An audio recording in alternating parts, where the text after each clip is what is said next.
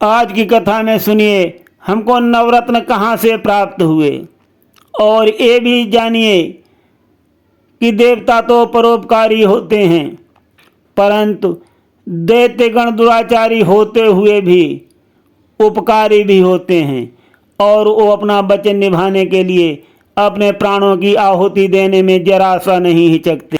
एक महाबलशाली दैत्य जिसका नाम ही बल था, उसने सभी देवताओं को पराजित कर दिया, और बाद में वो इंद्रदेव की छल का शिकार बना और हंसते हंसते बलि की बेदी पर चढ़ गया और अपने प्राणों की आहुति दी।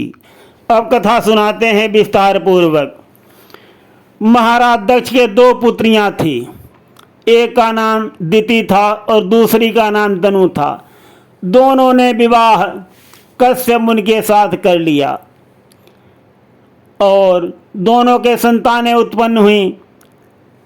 एक ने देवताओं को जन्म दिया तो दूसरी ने दानवों को जन्म दिया। देवता और दानवों में कभी पटरी नहीं खाती, कभी नहीं खाती पटरी। इनका हमेशा युद्ध चलता ही रहता है। स्वर्गलोक अथवा भूलोक को कब्जा करने के लिए एक दूसरे के खून के प्यासे बने ही रहते हैं।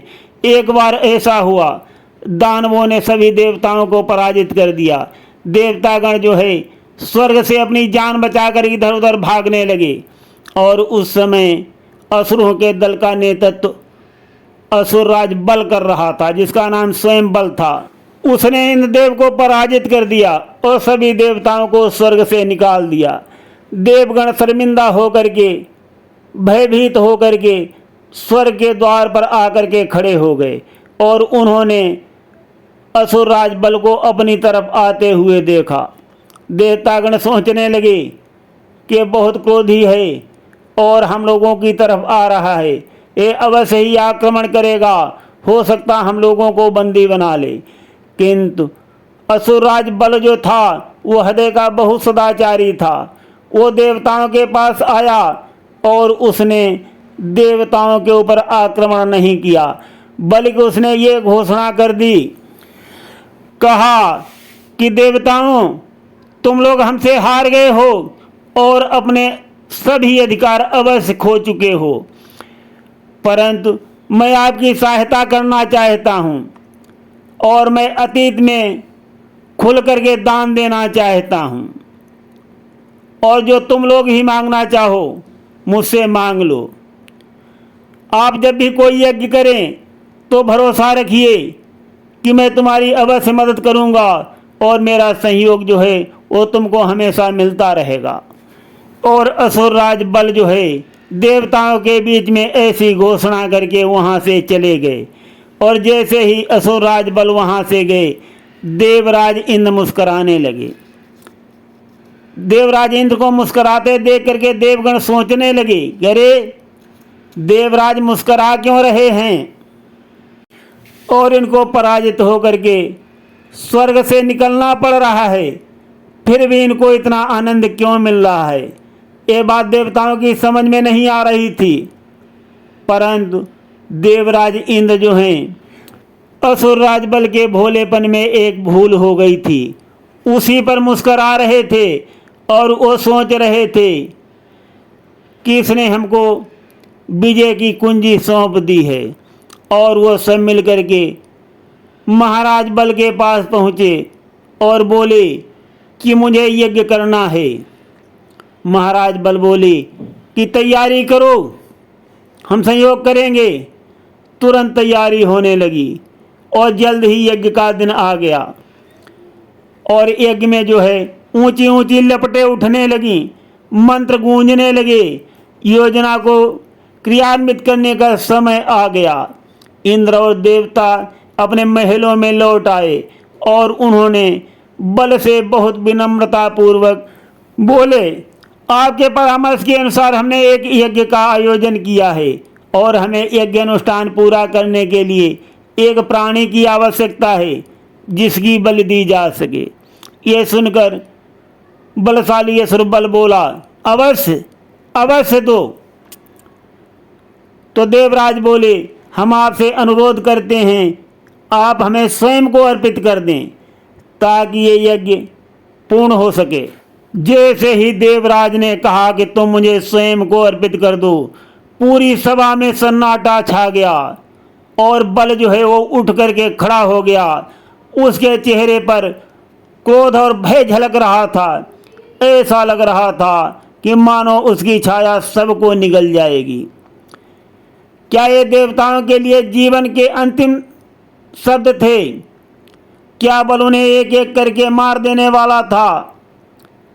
क्या बल की चमकती आंखें उनको निगल जाने के लिए देख रही थी? देवताओं का जीवन का अंतिम दृश्य था, ऐसा दृश्य लग रहा था। परंतु देवगण ये भी जानते थे कि बल जो है वो बहुत ही परोपकारी है, बहुत परोपकारी। उसका दिल जो है बहुत ही उदार है। वो स्वयं को परहित में अर्पित कर देगा। और बल जो है देवताओं के निकट आ रहा है। बिल्कुल जब पास आ गया, देवगण सहम गए। बल बिल्कुल निकट जा पहुंचा और हाथ जोड़ करके बोला कि मैं तैयार हूँ, मैं अपनी बलि देने के लिए तैयार हूँ। और अपने आप को यज्ञ में समर्पित कर दिया। उसकी हड्डियाँ जलने लगीं, मांस पिघलने लगा और देवताओं की चाल जो है वो कामयाब हो गई। बल जब मर गया तब स्वर्ग पर फिर से देवताओं का अधिकार हो गया। देवतागण बहुत खुश थे। वे सब बल के सबके पास नाच रहे थे। तभी कोई चिल्लाया, देखो देखो वो क्या हो रहा है, वो कैसा चमत्कार हो रहा है।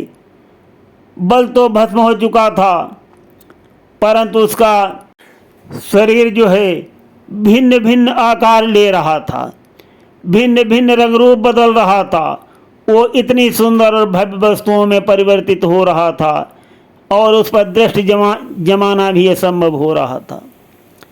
तो देवगण बोले, सब बोले कि ये क्या है। और सभी देवता लोग उन वस्तुओं को देखने के लिए पास में पहुंच गए। और बल के सबसे तरह तरह के नए नए रंग निकल रहे थे, लाल, हरे, नीले, पीले, बहुत से रंग। और ये देख करके देवताओं की आंखें जो है वो चकाचौंध हो गई और उनका दिल बैठने लगा। बल का जो अवशेष था वो एक इंद्रधनुष रूपी में बदल गया, जो लाखों सितारों से भी अधिक प्रकाशमान हो रहा था। इसी बीच एक आकाशवाणी हुई और कहा कि बल के इस अंतिम निस्वार्थ कर्म ने उसके शरीर को पवित्र कर दिया है और उसका शरीर के टुकड़े जो हैं ब्रह्मांड में पाए जाने वाले सबसे अनमोल पदार्थों में बदल चुका है। देवताओं को बहुत आश्चर्य हुआ, वो सिहर उठे। उन्हें विश्वास नहीं हो रहा है कि किसी असुर का शरीर इतना चमत्कारी हो सकता है। उन्होंने तुरंत उसे साथ ले जाने की कोशिश की, किंतु हर बार वो फिसल कर भूलों की ओर गिर पड़ता था। देवताओं ने ले जाने की कोशिश किया कि चलो इसको स्वर्गलोक ले चलते हैं, परंतु बल का सब वो देवगण नहीं ले जा सके और उसके टुकड़े टुकड़े होकर के बिखर गए। उसके टुकड़े जो है पृथ्वी पर बिखर कर इधर उधर जम गए। उनके शरीर के कुल 84 हिस्से हुए, जो पहाड़ों, जंगलों, नदियों और महासागरों में जा गिरे। और इनमें से 21 टुकड़े जो हैं वो प्रकृति में पाए जाने वाली सबसे शानदार वस्तुओं में बदल गई, जो रत्न कहलाईं। इनमें से 9 रत्नों को तो सर्वाधिक मूल्यवान माना गया है, बल्कि अस्थियां के हीरे और उसके पित्त के पन्ने बने, उसके रक्त से माणिक्य, आँखों से नीलम, उसके दांतों से मोती और त्वचा से पुखराज बना।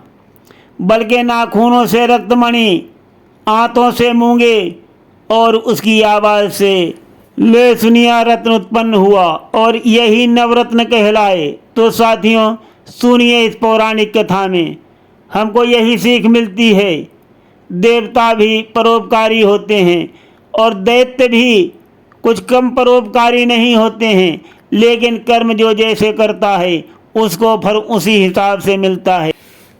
अभिमान और घमंड हमारे पतन का कारण बनता है, जैसे कि असुरराज बल का हुआ और वो देवराज इंद्र के छलावे में आकर के उनका शिकार बना। सुनते रहिए पौराणिक कथाएं गिरीश अध्यात्म ड्रीम में। धन्यवाद।